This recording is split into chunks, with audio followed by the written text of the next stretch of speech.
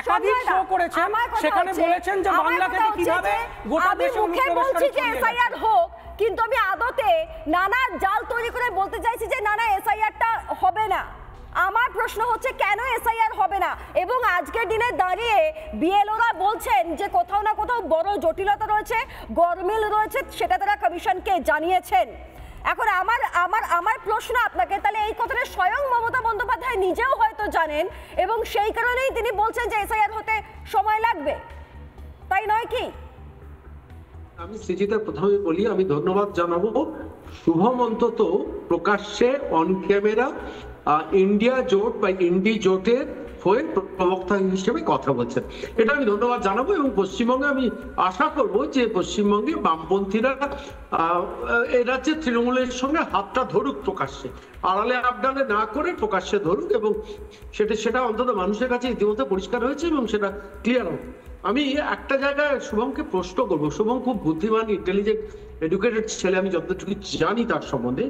আচ্ছা, এই 35 লক্ষ নাম যে আনট্রেসড, অর্থাৎ যাদের পাওয়া যায়নি বলে নির্বাচন কমিশন বিহারের এসআইআর থেকে বাতিল করেছে, এই 35 লক্ষ মানুষের মধ্যে, 35 লক্ষ নামের মধ্যে অনুপ্রবেশকারী নেই, এই তথ্যটা শুভমকে কে এটা আমার কাছে খুব কৌতুক।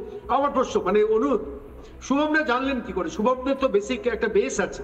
আমি যতদূর জানি প্রায় 12 জন সিপিআইএমএল, দুজন মধ্যে সিপিআই ওখানকার নির্বাচিত জনপ্রতিনিধি আছেন। তো তারা প্রকাশ্যে জাতীয় নির্বাচন কমিশন কিংবা সুপ্রিম কোর্টে গিয়ে বলুক যে এরা অনুপ্রবেশকারী, এদের নামটা বাদ দিয়ে যারা পরিযায়ী আছে তাদের নামটাকে রাখা হোক।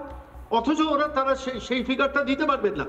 যারা আনট্রেস তাদের মধ্যেই তো অনুপ্রবেশকারীরা এই বাংলা থেকে গিয়ে লুকিয়ে আছে।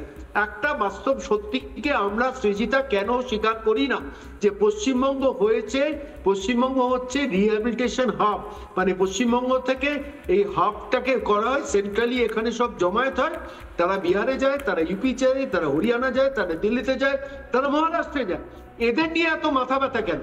কোনোদিন শুভমদা বলতে শুনেছি যে যারা মারা গেছেন তাদের নামটা বাদ যাক, যারা ডুপ্লিকেট নাম, এখন ডুপ্লিকেট নামগুলো তো ডিজিটালি বাদ দেওয়া যায়, অর্থাৎ একই নাম দু জায়গা আছে কিনা।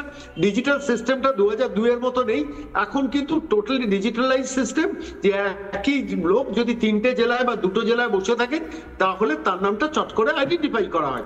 কেন হয়েছে দাদা, আমাদের রাজ্যে এই ঘটনা ঘটেছে, একই ব্যক্তির নাম বিভিন্ন জায়গায় নাম ভাঙিয়ে নাম, শ্বশুরকে বাবা বানিয়ে নাম, এটা তো হয়েছে। বিহারে আমি সিজিতে একটা তথ্য দিই, বিহারে 7 লক্ষ ডুপ্লিকেট ভোটার আছে। তো সেই 7 লক্ষ ভোটারদের ব্যাপারে শুভম চুপ কেন? যে 22 লক্ষ মানুষ মারা গেছে তাদের ব্যাপারে চুপ কেন? বলতে তো পারেন যে এই 29 লক্ষ নামটা বাদ যাক, এবার যে 35 লক্ষ সেটা নিয়ে ডিবেটটা হবে। সেই 25 লক্ষের মধ্যে কতজন পরিযায়ী, কতজন অনুপ্রবেশকারী?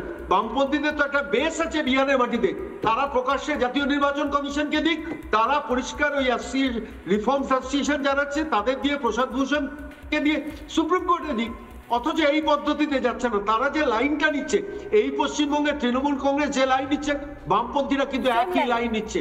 দুর্ভাগ্যের বিষয়, লজ্জার বিষয় যে আজকে মমতা বন্দ্যোপাধ্যায় রোহিঙ্গা এবং বাংলাদেশিদের অবৈধ অনুপ্রবেশকারীদের জন্য লড়াই করছেন, আর এই পশ্চিমবঙ্গে বামপন্থীরা অনুপ্রবেশকারী, অবৈধ অনুপ্রবেশকারীদের নিয়ে লড়াই করছেন। আসলে বাস্তবতা থেকে তারা অনেকটা দূরে থাকেন। পশ্চিমবঙ্গের মাটিতে যখন বেকারত্ব, নানান ধরনের চাকরি চুরি সমস্যা, তখন তারা গাঁজা নিয়ে মিছিল বার করছেন।